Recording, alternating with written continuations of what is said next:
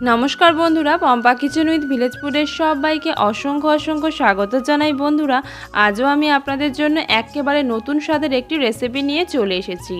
অতিরিক্ত গরম পড়ার কারণে কিন্তু বারবার রান্নাঘরে গিয়ে নিত্য নতুন স্বাদের রেসিপি বানাতে একদমই ভালো লাগে না।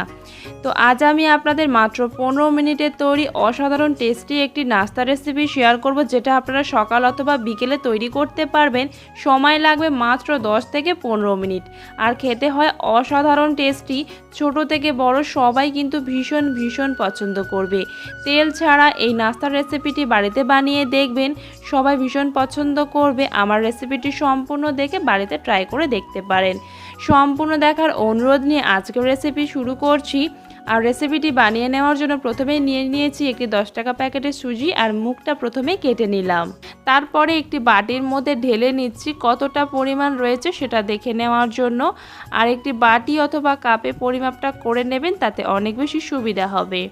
তো এক বাটি সুজি আমি নিয়ে নিয়েছি। তারপর একটি বড় মিক্সিং জারের মধ্যে সুজিটাকে নিয়ে নেব, আর এরকম শুকনো অবস্থাতে ভালো করে আমি পাউডারের মতন করে গুঁড়ো করে নেব। ভালো করে এরকম পাউডারের মতন করে গুঁড়ো করে নিলে রেসিপিটি অনেক বেশি ভালো হবে। আর দেখুন, আমার এখানে কিন্তু খুব সুন্দর করে গুঁড়ো করে নেওয়া হয়ে গিয়েছে। এবারে একটি বড় পাত্রের মধ্যে আমি ঢেলে নেব। আর এবারে আমি যে বাটি পরিমাপ করে সুজিটা নিয়েছিলাম, ওই বাটিরই পরিমাপ করে অর্ধেক বাটি নিয়ে নেব টক দই। আর আমার এখানে টক দইটা কিন্তু বেশ টক রয়েছে, তাই অর্ধেকটা পরিমাণ দিলাম। তারপরে বাটিটা ধুয়ে অল্প একটু জল দিয়ে দেব। এবারে একটি হ্যান্ড উইক্স দিয়ে ভালো করে টক দইয়ের সঙ্গে সুজিটাকে মিশিয়ে নেব, আর প্রয়োজন পড়লে অল্প একটু এর মধ্যে জল অ্যাড করব। তো আমার এখানে সুজিটা বেশ শুকনো লাগছে, সেই কারণে আমি দিয়ে দেব আর অর্ধেক বাটি জল। আর আপনাদের টক দইটা যদি অতিরিক্ত টক না হয়ে থাকে তাহলে এক বাটি টক দইও দিতে পারেন। এবারে ভালো করে মিশিয়ে নেওয়া হয়ে গেলে আমি এই সুজি আর টক দইয়ের মিশ্রণটিকে ঢাকা দিয়ে 5 থেকে 7 মিনিটের জন্য রেস্টে রেখে দেবো, এতে সুজিটা ভালোভাবে ফুলে যাবে।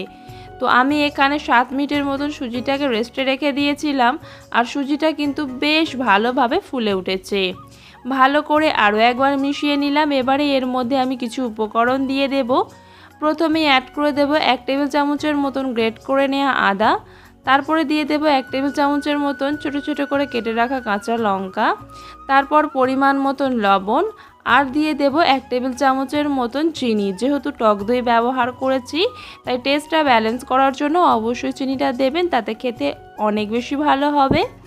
এবারে ভালো করে সব কিছু আবারও মিশিয়ে নেব। যত ভালো করে মেশানো হবে রেসিপিটি কিন্তু ততই ভালো হবে, আর ততটাই কিন্তু ফ্লাফি আর স্পঞ্জি তৈরি হবে। সুজিটা ভালো করে মিশিয়ে নিয়েছি, কিন্তু এখানে ঘনত্বটা একটু মোটা রয়েছে, সেজন্য অর্ধেক বাটি জল নিয়েছি। অল্প করে দেব, আর ঠিকঠাক ঘনত্বের আমি ব্যাটারটিকে তৈরি করে নেব।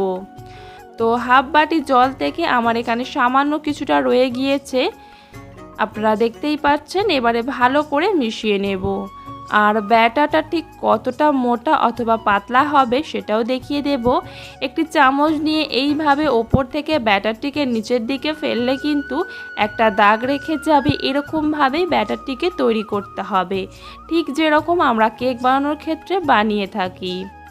এবারে যেহেতু আমি এটাকে ভাপিয়ে নেব, তার জন্য একটি বড় কড়াইয়ের মধ্যে 1 মগ পরিমাণ জল দিয়ে দেব, আর একটি থালা চাপা দিয়ে জলটা ভালোভাবে ফুটে আসা পর্যন্ত অপেক্ষা করব।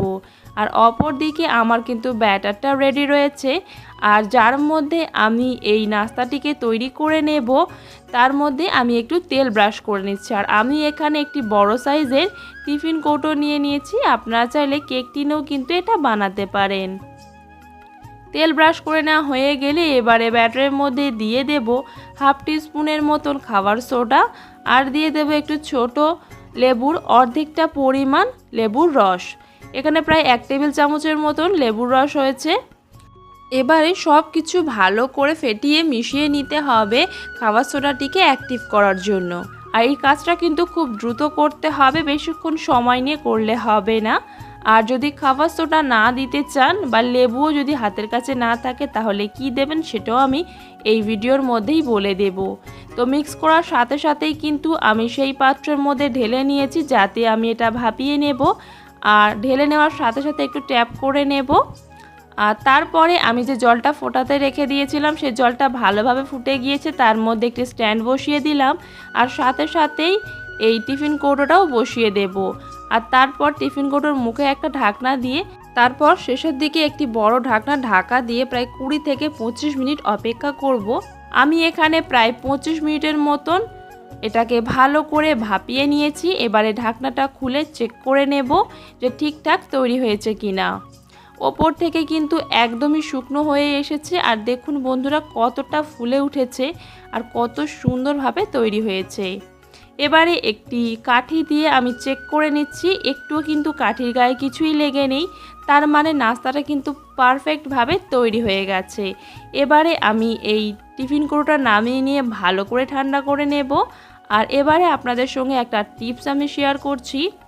আমরা যখন এভাবে ভাপিয়ে নেওয়ার জন্য কড়াইয়ের মধ্যে অতিরিক্ত জল ফোটাই তখন কিন্তু কড়াইয়ের মধ্যে কেমন একটা দাগ হয়ে যায়। তার জন্য আপনারা একটি ব্যবহার করে নেওয়া লেবুর খোসা আর সামান্য একটু লবণ দিয়ে এইভাবে 5 মিনিট ভিজিয়ে রাখবেন। তারপর নর্মালভাবেই এই কড়াইটিকে মেজে নেবেন, দেখবেন একদম চকচকে হয়ে যাবে। তো চলুন, টিপসটা তো শেয়ার করা হয়ে গেল। এবারে আমার নাস্তাটিও কিন্তু ভালোভাবে ঠান্ডা করে নিয়েছি আর দেখুন ধার থেকে কত সুন্দরভাবে ছেড়ে আসছে। তবুও আমি একটি ছুরি দিয়ে ভালো করে ছাড়িয়ে নেব যাতে নাস্তাটি ডিমোল্ড করার সময় ভেঙে না যায়। তো ছুরি দিয়ে ভালো করে আমি ছাড়িয়ে নিয়েছি। এবার একটি প্লেটকে উল্টো করে এইভাবে নাস্তাটিকে বার করে নেব। হালকা করে ট্যাপ করলেই কিন্তু নাস্তাটি খুব ইজিলি বেরিয়ে আসবে।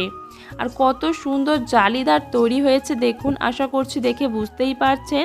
আর যেহেতু আমি খাওয়ার সোডার ওপরে লেবুর রস দিয়েছিলাম তাই কালারটা একটু অন্যরকম এসছে। আপনারা চাইলে যদি খাবার সোডা আর লেবুর রস না দিতে চান সেক্ষেত্রে আপনারা ইনো ফ্রুট সল্টও এর মধ্যে ব্যবহার করতে পারেন। এবারে আমি নাস্তাটিকে আমার পছন্দ মতন শেপ করে কেটে নিচ্ছি। আপনারা আপনাদের পছন্দ মতন শেপ করে এটাকে কাটতে পারেন। আমি এইভাবে কেটে নিচ্ছি যাতে পরিবারের সবাইকে খুব সহজে পরিবেশন করতে পারি। আর একটা পিস আপনাদের কেটে দেখাচ্ছি, দেখুন বন্ধুরা কতটা স্পঞ্জি তৈরি হয়েছে, ভেতর থেকে অতিরিক্ত জালিদার তৈরি হয়েছে, খেতে কিন্তু অসাধারণ হয়।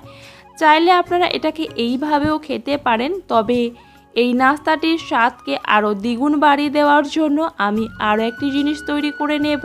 তার আগে আপনাদের দেখিয়ে দিচ্ছি যে কতটা নরম তুলতুলে তৈরি হয়েছে। তো এবারে চলে যাব রেসিপিটির শেষ পর্যায়ে।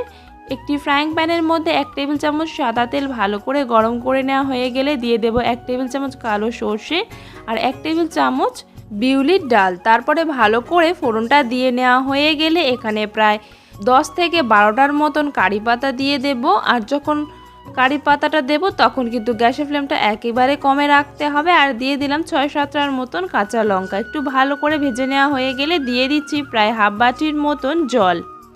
আর জলটা দিয়ে দেওয়ার পর ভালো করে মিশিয়ে নিতে হবে আর ভালো করে বলক আসা পর্যন্ত অপেক্ষা করব। তারপরে দিয়ে দেব পরিমাণ মতন লবণ আর 1 টেবিল চামচের মতন চিনি। এই যে সিরাপটা তৈরি হচ্ছে এটা একটু ঝাল মিষ্টি তৈরি হয়, এতে খেতে কিন্তু ভীষণ ভালো লাগে। কয়েক মিনিট ফুটিয়ে নেব, মানে 2 থেকে 3 মিনিট ফুটিয়ে নিলেই শিরাটা রেডি হয়ে যাবে। তারপর পুরোপুরি ঠান্ডা করে নিতে হবে এই চিনি শিরাটিকে। তারপরে আমি নাস্তার ওপরে দিয়ে দেব। যখন এই চিনি লঙ্কা শিরাটা এর মধ্যে দেয়া হবে তখন কিন্তু দুটো জিনিসই একদম সম্পূর্ণ ঠান্ডা থাকতে হবে, না হলে কিন্তু নাস্তাটি একেবারে নরম হয়ে যাবে, খেতে ভালো লাগবে না। তো বন্ধুরা, আমার এই রেসিপিটি আপনাদের কেমন লাগলো অবশ্যই জানাবেন। গরমের দিনে এই রেসিপিটি একবার হলো বাড়িতে বানিয়ে দেখবেন, সবাই কিন্তু ভীষণ ভীষণ পছন্দ করবে। তো বন্ধুরা, এই সুজি দিয়ে তৈরি টক ঝাল মিষ্টি নাস্তার রেসিপিটি আপনাদের কেমন লাগলো অবশ্যই জানাবেন। যদি ভালো লেগে থাকে চ্যানেলটিকে সাবস্ক্রাইব করে রাখবেন। আবারও নিয়ে আসবো আপনাদের জন্য নিত্য নতুন স্বাদের রেসিপি নিয়ে। ততক্ষণ সবাই সুস্থ থাকুন, ভালো থাকুন। দেখা হবে আবারও নেক্সট ভিডিওর সাথে। আজকের মতন ধন্যবাদ।